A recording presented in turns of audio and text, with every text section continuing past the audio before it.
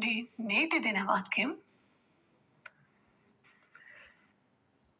Praise the lord అండి. నేటి దిన వాక్యం విలాప వాక్యములు 5వ అధ్యాయం 20వ వచనం. నీవు మమ్మును ఎల్లప్పుడూ మరిచిపోవుట ఎలా, మమ్మును ఎంతకాలం విడిచిపెట్టుట ఎలా? చిన్న ప్రార్థన చేసుకుందాం. మహాపరిశుద్ధుడగు దేవా, ప్రభా, నిజమా తండ్రి ప్రభా, మరి ఎంతమంది ఈ పరిస్థితిలో ఉంటున్నారో తండ్రి ప్రభా, నువ్వు వారి చేయి విడిచిపెట్టామని ఎవరు భావిస్తున్నారో వారు ఈ మాటల ద్వారా ఆదరణ కలగాలని బతిమాలుకుంటున్నాను. యేసు నామములో ప్రార్థిస్తున్నాను తండ్రి, ఆమేన్. ఇక్కడ ఇర్మియా భక్తుడు అంటున్నాడు, దేవుని హృదయపూర్వకంగా చేసే ప్రార్థనగా ఇది మనం చూడొచ్చు. ఆయన సన్నిధి కోసం లోతైన భావనను మరియు ఆపేక్షను వ్యక్తపరుస్తుంది. మరి యూదా ప్రజలు దేవుడు తమను మరచిపోయి విడిచిపెట్టినట్లు భావిస్తారు.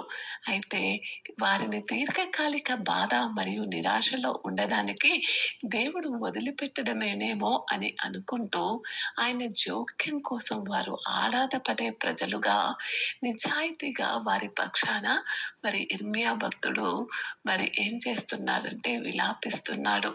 మనం చూసినప్పుడు మరి క్రీస్తు పూర్వం 586లో మరి బబులోనీయులు జెరూసలేంను నాశనం చేసిన తర్వాత ఇక్కడ ఈ విలాప వాక్యాలు రాయబడ్డాయి. యూదా ప్రజలు అవసరమైన బాధలు అనుభవిస్తున్నారని, ఆ అపారమైన బాధలు వారిని కృంగతీస్తున్నాయని మరి మాట్లాడుతూ చాలా మందికి ఆకలి దప్పుల్లో మరి ఉన్నవారికి, మరి బాధల్లో ఇబ్బందుల్లో ఉన్నవారికి మరి దేవుడు తోడుగా ఉండాలని వారు మొరపెట్టుకుంటున్నారు. మరి చాలా రోజుల్లో మనం చూసినట్టయితే ఒక ప్రశ్న రూపంలో ఈ వాక్యం రాయబడింది. ఏమంటున్నాడంటే ఇక్కడ మరి దేవా, ఎందుకు మమ్మల్ని విడిచిపెట్టావు అని సంబోధిస్తున్నాడు. చూడండి, నాకున్న 2 పిల్లల్లో వాళ్ళని ఎప్పుడైతే నేను కూర్చోబెట్టి చదివిపించడానికి మొదలు పెట్టినప్పుడు మొదట నా పెద్ద కుమారునికి నేను సమస్తము కూడా ఎక్స్ప్లెయిన్ చేస్తున్నప్పుడు బ్లెస్సీ అంటుంది, అమ్మ నువ్వు నన్ను పట్టించుకోవట్లేదు, అమ్మ నువ్వు నన్ను విడిచిపెట్టేశావు అని. మరి నిజమే, మరి ఆ కొద్ది క్షణాలకే ఆ పిల్ల ఆ విధంగా అనుకున్నట్టయితే ఆ పాప మరి దేవాతి దేవుడు మరి ఎంతకాలము ప్రభువా అని ఇక్కడ వీళ్ళు ఎందుకు మాట్లాడుతున్నారు, ఎంతకాలము ప్రభువా అని ఎందుకు వీరిని దేవుడి పక్షాన వారు మొదపెడుతున్నారో మనం ఒకసారి గ్రహిద్దాము. చూడండి, నేటి క్రైస్తవులకు మరి ఈ వచనం ఎంతో సూటిగా మరి ఇక్కడి నుంచి నేర్చుకోవచ్చు. మనము దేవుడి నుండి దూరంగా వెళ్ళి మన ఆధ్యాత్మిక సమస్యలకు మరి దేవుడు కాకుండా వేరే విధంగా సమాధానం కనుగోవడానికి ప్రయత్నించినప్పుడల్లా మనల్ని మరి దేవునికి దూరం చేసుకుంటున్నాము. మన ఆధ్యాత్మికత మరి దిగజారిపోతుందని మనం అనుకోవచ్చు.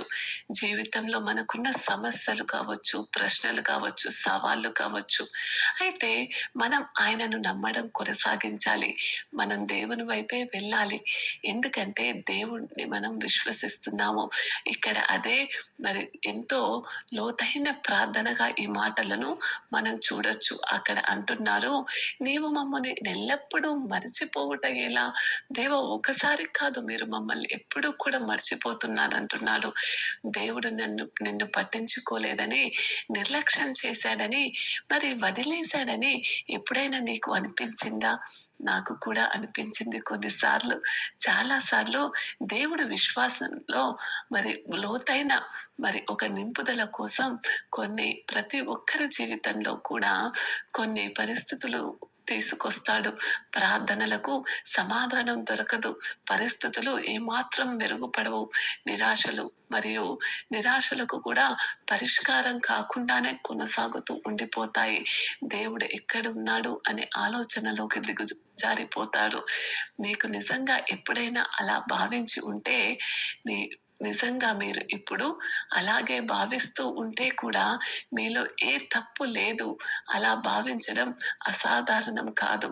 అది చాలా సాధారణం. ఎందుకంటే మనం ప్రతీదీ సరిగ్గా ప్రాసెస్ చేసుకోలేము.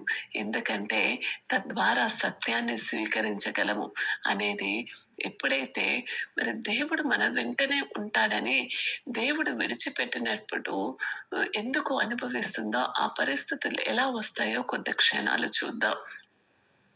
దేవుడు తన పిల్లల్ని విడిచిపెట్టాడనే భావన ఎదుర్కోవటం మొదటి అడుగు ఏమిటంటే, దేవుడు తన పిల్లలను గట్టిగా విడిచిపెట్టడు. ఎప్పటికీ కూడా ఖచ్చితంగా దేవుడు తన పిల్లలను ఏ మాత్రము విడిచిపెట్టడనేదే వాస్తవికం. ఎందుకంటే హెబ్రీయులకు రాసిన పత్రిక 13వ అధ్యాయం 5వ వచనం ఏమని చెప్తుందంటే, నేను నిన్ను ఎన్నడూ విడవను, ఎన్నడూ నిన్ను ఎడబాయను. లూకా సువార్త 15లో యేసు 100 గొర్రెలు ఉన్న ఒక వ్యక్తి కథను చెబుతాడు. వాటిలో ఒకటి తప్పిపోయినప్పుడు అతను తప్పిపోయిన ఒక గొర్రెను కనుగొనే వరకు వెతుకుతూనే వెళ్ళాడు. అవునా కాదా? దేవుడు ఎవరిని కూడా విడిచిపెట్టడు. కాబట్టి సముద్రంలో మునిగిపోతున్న వ్యక్తి మరి ఒక ఆ, ఒక లైఫ్ సేవర్ పట్టుకున్న విధంగా మనం కూడా ఆ సత్యాన్ని పట్టుకోవాలి. మోషే దేవునికి మొరపెట్టాడు, ఎంతకాలం ప్రభువా నువ్వు మాకు సహాయం చేసే ముందు అని. 90వ కీర్తన 13వ చరణంలో చూడగలం. దావీదు దేవునికి మొరపెట్టాడు, ఎంతకాలం ప్రభువా నువ్వు నాకు సహాయం చేయకపోతావా అని.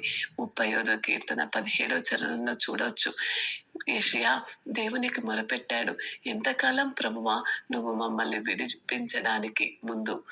చూడండి, యెషయా గ్రంథం 6వ అధ్యాయం 11లో చూడొచ్చు. హబక్కూకు బాధపడ్డాడు, ఎంతకాలం ప్రభువా నువ్వు నా మాట వినకుండానే అని. మొదటి అధ్యాయం 2వ వచనంలోనే చూడొచ్చు. దేవుని పిల్లలను విడిచిపెట్టినట్లు భావించడం అసాధారణం కానే కాదు. కానీ దేవునికి మనమంటే భిన్నమైన అభిప్రాయం ఉంది. మన జీవితాల పట్ల ఆయనకి ఒక ప్రత్యేకమైన ప్రణాళిక ఉందని గమనించుకోవాలి. అబ్రహాము కుమారుడు ఉంటాడని, పుడతాడని వాగ్దానం చేయబడింది. కానీ ఆ వాగ్దానం అతనికి 100 సంవత్సరాల వయసు వచ్చే వరకు, అంటే మరో 25 సంవత్సరాలు కూడా నెరవేరలేదు. యోసేపు గొప్ప పాలకుడు అవుతాడని దేవుడి నుంచి వాగ్దానం పొందాడు. కానీ వాగ్దానం నెరవేరడానికి ఇంకా 15 సంవత్సరాలు, మరియు అతను ఆ సమయాన్ని బానిసగా మరియు జైలులో గడిపాడు. ఇశ్రాయేలుపై తదుపరి రాజుగా దావీదును, ప్రవక్తగా సమూయేలును అభిషేకించాడు. కానీ మరుసటి రోజు ప్రారంభోత్సవ వేడుక నిర్వహించబడడానికి బదులు దావీదు తన జీవితంలో దాదాపు 7 సంవత్సరాలలో ఎక్కువ భాగం ప్రస్తుత రాజు సౌలు నుంచి తప్పించుకోవడానికి తిరిగాడు. చూడండి, ప్రతి ఒక్కరి జీవితంలో అటువంటి సందర్భాలు వస్తాయి. దేవుడు నా చెయ్యి విడిచిపెట్టాడేమో, దేవుడు నన్ను విడిచిపెట్టేశాడేమో అనుకొని. అయితే దేవుడు విడవడం కాదు, కానీ నిజంగా చూసినట్టయితే దేవుని యొక్క ఆలస్యము లేకపోతే దేవుని యొక్క నెమ్మది ద్వారా మనకు ఆయన మన ద్వారా ఆయన మహిమపరచబడడానికి అటువంటి పరిస్థితులు తీసుకొస్తాడు. దేవుని మహిమ తీసుకురావడానికి లాజరు మరణం నుంచి దేవునికి గొప్ప మహిమను సృష్టించిందని యేసు వివరించడం మనకు తెలుసు. లాజరు యొక్క పునరుద్ధానం ఫలితంగా చాలా మంది క్రీస్తు దగ్గరకు వచ్చారు.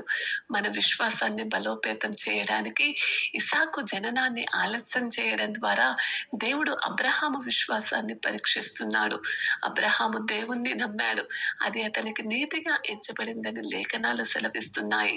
మన స్వభావాన్ని పరిణతి చెందించడానికి యాకోబు గ్రంథం 1వ అధ్యాయం 2-4 వచనాలు చూసినట్టయితే, మనం వాటి గుండా విశ్వాసంతో వెళితే శ్రమలు మనల్ని పరిపూర్ణులుగా మరియు సంపూర్ణులుగా చేస్తాయి, దేనిలోనూ లోటు లేకుండా చేస్తాయి. మన శాశ్వత ప్రతిఫలాన్ని చెందడానికి రోమీయులకు రాసిన పత్రిక 8:18 మనకు ఈ కాలంలో బాధలు మనకు వెల్లడి చేయబడే మహిమతో పోల్చడానికి అర్హమైనవి కాదని చెబుతుంది. చూడండి, నిజముగా దేవుడు మనందరికీ కూడా ఒక విషయము దేవుడు ఒక క్షణము నిన్ను మరి విడిచిపెట్టినట్టు నీకు అనిపించినట్టయితే మరి నిజముగా దేవుడు నిన్ను విడిచిపెట్టట్లేదు. కానీ దానికి ఈ విధంగా ప్రార్థన చేసినప్పుడు ఆయన అనుకూల సమయం నందు మరి సహాయము చేసే మరి రాజుగా ఆయనను మరి చూస్తున్నాము మనము. అందుకనే మన దేవుని చేత విడిచిపెట్టబడ్డామని ఎప్పుడూ కూడా భావించకూడదు. మరి అటువంటి భావన లేకుండా మనం జీవిస్తున్నప్పుడు దేవాతి దేవుడు ఖచ్చితంగా మన జీవితాలలో ఆయన యొక్క నింపుదలను, మన జీవితాలలో ఆయన యొక్క ఉనికిని, మన జీవితాలలో ఆయన యొక్క సత్యాన్ని మనకు వెల్లడి చేసే పరిస్థితుల్లో నేటి క్రైస్తవులు ఈ వచనం దేవునికి నిజంగా మనల్ని ఎంతో దగ్గరగా చేస్తుంది. జీవిత భారం అనిపించినప్పుడు మరి లేదా దేవుడు దూరంగా ఉన్నట్లు అనిపించినప్పుడు విశ్వాసులను ఆయనను ఈ విధంగా ప్రార్థించవచ్చు. ఆయన వింటాడని మరియు శ్రద్ధ వహిస్తాడని నమ్మవచ్చు. ముఖ్యంగా కష్ట సమయాలలో తమ హృదయాలను పరిశీలించుకొని దేవునికి దగ్గరగా ఉండమని ఇది క్రైస్తవులైన అందరికీ కూడా నేను తెలియజేస్తున్న చిన్న విన్నపం. దేవుని సన్నిధి దాగి ఉన్నట్లు అనిపించినప్పుడు కూడా విశ్వాసులు ఆశను పెట్టుకోమని ఈ వచనం ప్రోత్సహిస్తుంది. దేవుని వాగ్దానాలు ఏమాత్రం మారనివని, కష్ట సమయాలలో కూడా ఆయన ప్రేమ కొనసాగుతుందని మనమందరం కూడా గుర్తు చేసుకోవాలి. చూడండి, నా దేవా నా దేవా నన్నెందుకు విడిచిపెట్టావని యేసుక్రీస్తుకు కూడా ఒక నిమిషం అనిపించింది అని అరిచినప్పుడు యేసు శిలువపై అంతిమంగా విడిచిపెట్టబడిన అనుభూతిని అనుభవించాడు. ఆ క్షణంలో యేసు మానవాళి పాప భారాన్ని భరించాడు. అవునా కాదా? మరియు విశ్వాసులు ఎప్పటికీ దేవుని నుండి విడిపోవడాన్ని అనుభవించారు. ఆయన త్యాగం ద్వారా దేవుడు తమను ఎప్పటికీ విడిచిపెట్టడని క్రైస్తవులు నమ్మకం పొందాలి. యేసు పునరుద్ధానం దేవుని విశ్వాసానికి అంతిమ రుజువుగా చీకటి క్షణాలలో కూడా దేవుని సన్నిధి మరియు శక్తి, జీవం మరియు పునరుద్ధరణ తీసుకురావడానికి పనిచేస్తాయని మనం నమ్మాలి. దేవుడు మనల్ని ఎప్పుడూ కూడా మరచిపోడని, మన జీవితంలో మనకు అనిపించకూడదని ఈ వాక్యం మళ్ళీ ఆయన మనకు జ్ఞాపకం చేస్తున్నాడు. దేవాతి దేవుడు ఇచ్చిన మాటల్ని బట్టి చిన్న ప్రార్థన చేసుకుందాం. నిత్యుడగు దేవా, నీకే స్తోత్రములు ప్రభా. మరి మా జీవితాలలో తండ్రి మాకు ఇచ్చిన ఈ సందర్భంలో నిత్యమైన దేవా ప్రభా, మరి మంచి మాటల ద్వారా మమ్మల్ని ఎప్పుడు కూడా విడిచిపెట్టరని నమ్ముతున్నాం దేవా. అట్టి పరిస్థితి మా జీవితంలో తీసుకురావద్దని ప్రభా, మరి ఈ ప్రార్థన మేము హృదయపూర్వకంగా చేయుటకు సహాయం చేయండి. యేసు నామములో ప్రార్థిస్తున్నాం తండ్రి, ఆమెన్.